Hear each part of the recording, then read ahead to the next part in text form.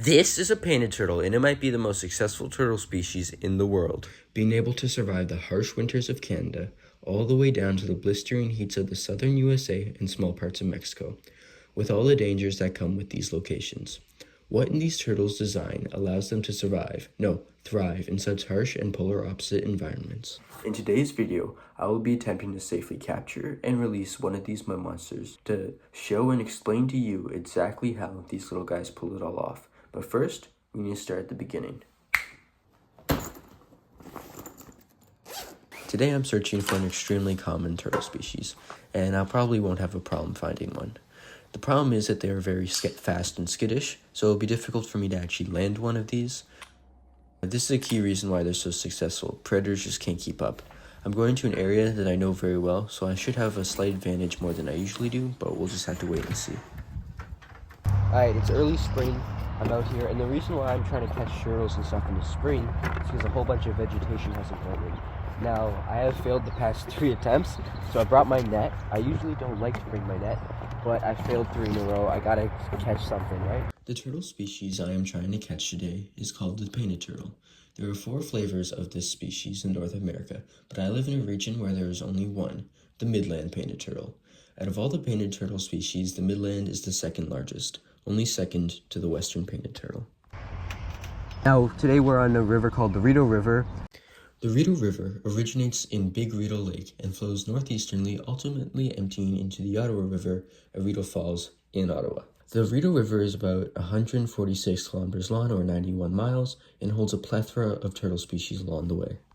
And I find that often when I'm looking for turtles, a good spot when you're on rivers or lakes is little inlets. Now, luckily this path we're going on is full of inlets, so we should be able to find plenty of turtles and whatever, and there's usually life where more life is. So let's go explore.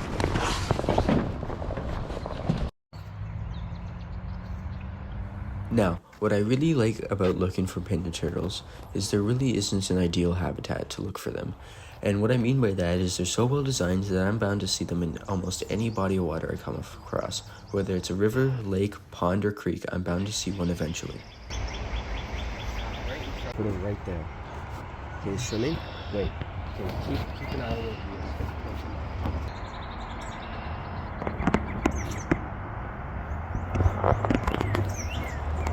Okay, to kind of clarify what's going on here, I came up to this spot and I looked down from the bridge and I saw a turtle.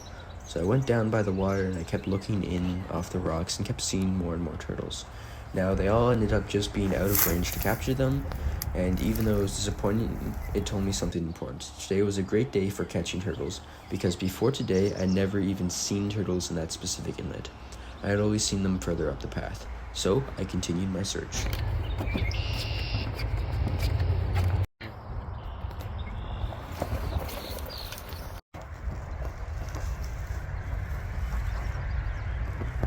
It was around this point here where me and my cameraman had started to get very bored of just staring into the abyss of water for hours.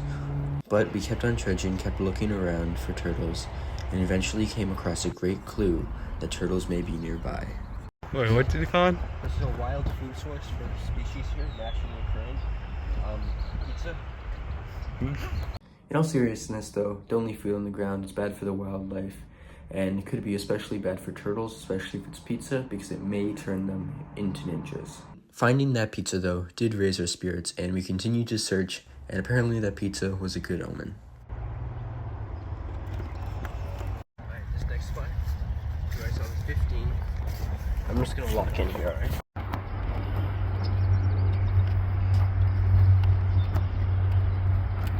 There was one right there, it swam under. Yeah, it swam under.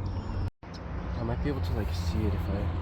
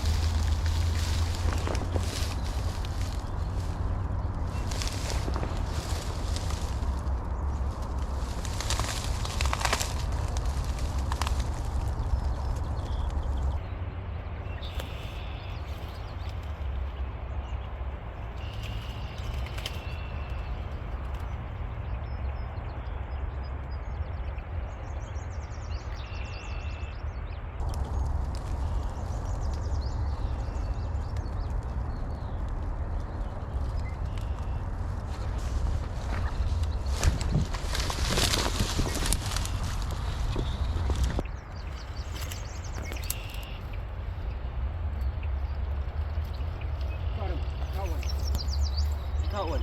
Oh. Hey, buddy. All right.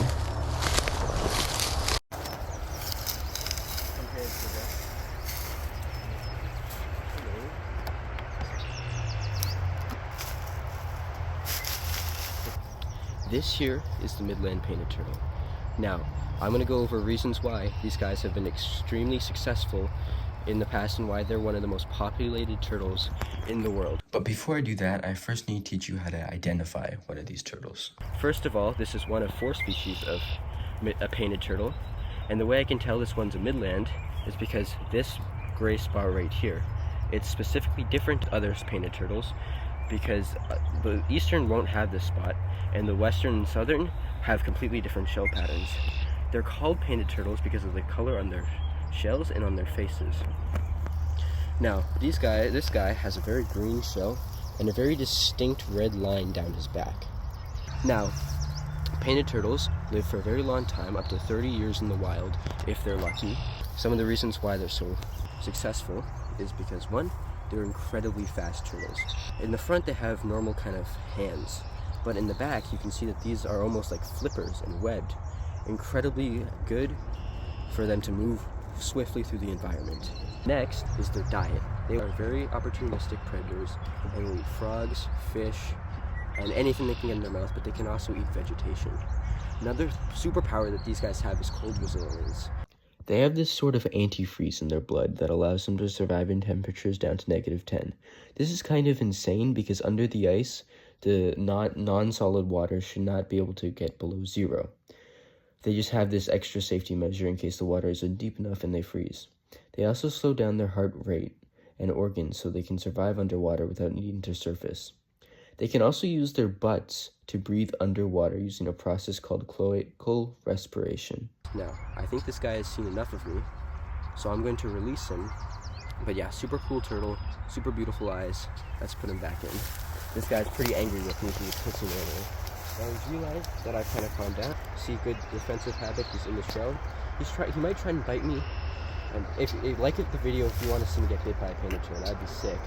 But I'm not gonna do that right now because I like being not bitten.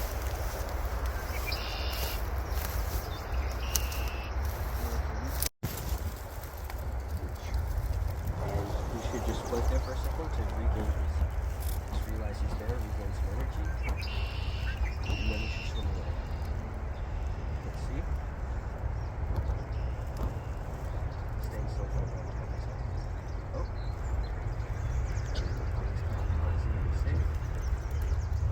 He wasted a lot of energy on me, and he's swimming away. Now you know why painted turtles are the most successful turtle species in the world. But if you want to know everything there is to know about painted turtles, hit this video right here. And if you want to see the first giant snapping turtle I ever caught, hit this video right here. And I'll catch you in the next one, especially if you're a turtle.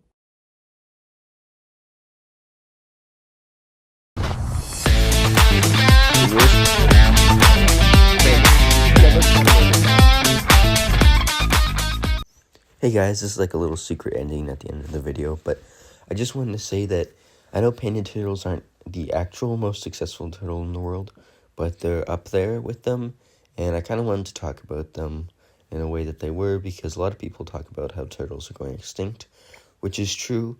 Most of over 50% of them are endangered, so I wanted to talk about some of the ones doing successful and just bring some light on those guys. Anyway, thanks for watching the video, and yeah, I'll catch you in the next one.